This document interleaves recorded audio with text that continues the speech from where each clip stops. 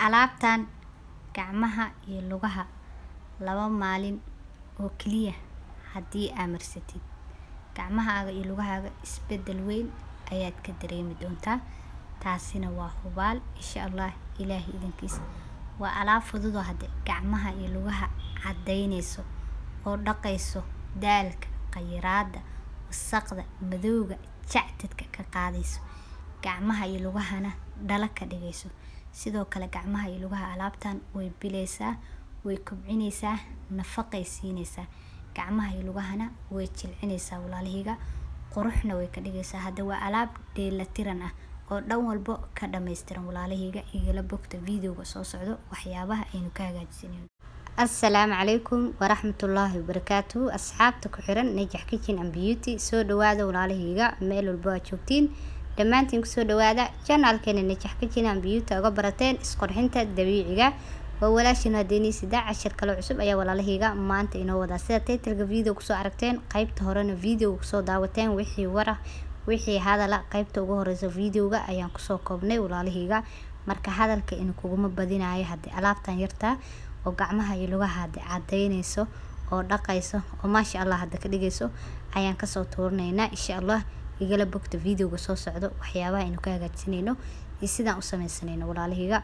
waana ku mahadsantiin hadda mar walbo sida quruxda badan ay ila socotiin.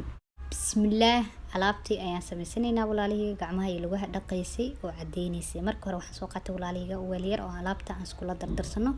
sidoo kale marka hore waxaa u baahan tahay baking soda ayaa u baahan tahay hal qaando baking soda ayaan ku shubanay walaalihiga weelka. baking soda-na waa kana noocan ayaan isticmaalaya walaalihiga. waxaan kale oo ku darsanaynaa walaalihiga bur ayaan ku darsanaynaa 2 qaando bur ah ayaa weelka yarka inoogu jirto.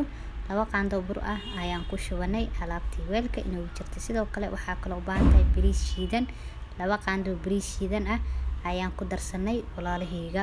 sidoo kale waxaan kale ku darsanaynaa hal jab oo liin dhanaan ah ayaan ku miir alaabtii markii aan ku soo darnay halkii jab oo liin dhanaanta ayad walaalihiga. sidoo kale waxaan kale ku darsanaynaa caano ayaan ku darsanaynaa. waa caano aan soo kululeeyay waayo walaalihiga.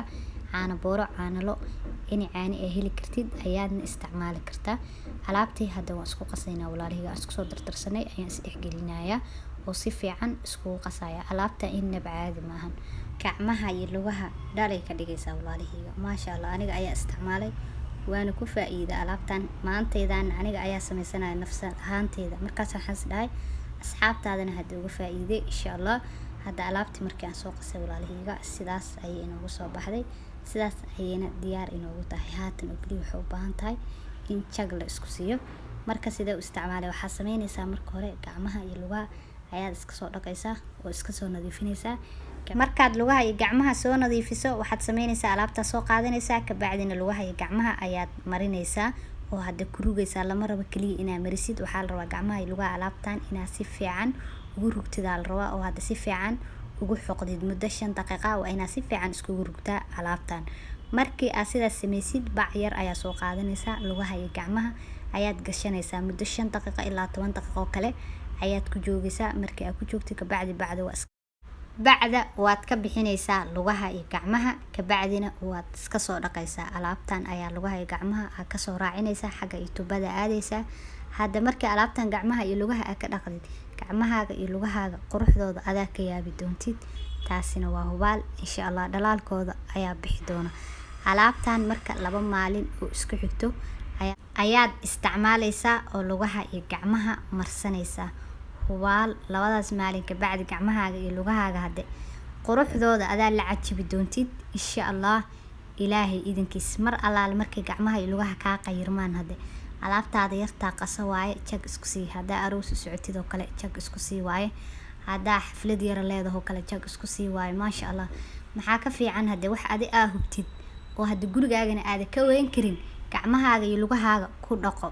meel laga helo malahan walaalihiga insha Allah. marka hadda alaabtan yarta ila soo tijaabiye oo igala faa'iideystay inaba caadi maahan. alaabtan aniga ayaa isticmaalay waana ku faa'iiday walaalihiga. mar allaale markaas dhayo alleela gacmihii lugihii xoogaa way ka qayirmeen ayaan jag isku siiyaa. maasha Allah waana ku faa'iidaa walaalihiga. hadda gurigaaga aad joogtid lugahaaga iyo gacmahaaga dhaqo oo nadiifso wax ka fiican malahan insha Allah. marka ila soo tijaabiya hada walaalahayga sheenadan hadda yalsanin alaabtan inaba caadi ma ahan. Sheenadan waxaa waaye garanti waaye alaabtan hadda sida u wada jeedeen alaabo waxaan ka sameysanay maasha Allah weytinkooda aad iyo aad u fiican yahay oo hadda xagga jirka hadii la dhaho waa lagu cadeynayaa aabo marnaba lagu gaarin walaalahayga. Alaabahaasna waxaa kamid ah bariiska kamid ah bariiska jirka maasha Allah wuu qurxiyaa wuu cadeeyaa jirkana fitamiin uu siiyaa walaalahayga aad iyo aad ayuu ugu fiican yahay. bariiska markii halkaas aan uga soo gudubno walaalahayga alaabtan waxaan kale ku darsanay oo ka sameysanay bur ayaan ku darsanay walaalahayga. burka hadda xagga jirka isqurxinta laguma gaaro walaalahayga. burka jirka wuu cadeeyaa jirkana wuu qurxiyaa jirkana walaalahayga wuu bilaa jirkana hadda wuu nafaqeeyaa. burka sidiisa waa iska nafaqo Soomaan hadii la cuno waa lagu cayilayaa marka jirkana saas oo kale ayuu nafaqeynayaa. hadda alaabtan waxaa waaye waa jirka wayna cadeynay wayna nafaqeynay waaye lagu gacmihi way ku kobcinay wayna ku cadeynaysaa waaye. qaybta ugu horeysa videogana waa in kugu soo sheegay walaalahayga alaabtan lugaha iyo gacmaha way kobcinaysaa maasha Allah ay ka dhigaysaa wayna cadeynaysaa. marka hadda alaabahan ka sameysanana halkan laguma soo koobi karo walaalahayga. hadii ayni dhaho hal ayaan soo qaadanaya videoga ayaa inagu dheeraanayo insha Allah. marka hadda sheenadan lagama baaqan kare insha Allah intaas oo alaabood ayaa iskugu tagtagtay insha Allah ila soo tijaabiya walaalahayga. hadda waxaan kaga tagayaa sida iyo nabadgelyo waa inoo kulatay dambe oo xiiso leh iyo anigoo inii sido video kale cusub walaalahayga. videogan hadda si share gareeya asxaabtiina la wadaaga si ay walaalo badan uga faa'iideystaan oo jecel jirkooda inay mar walba wax dabiici ah oo natural ay ku qurxiyaan ayaa ka faa'iideysanayo.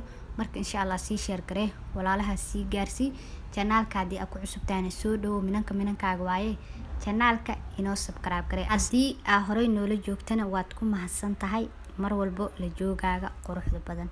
asxaabta hadda ii soo hambaliyeysay maadaama hadda aan gaarnay 90k waa mahadsantihiin walaalahayga. waa in ka qabaa hambaliyada aad iyo aad ayaa u mahadsantihiin insha Allah. boqolkii hadda wax yar inooga dhiman hadda walaalahayga gacmihiina abateedka u furay.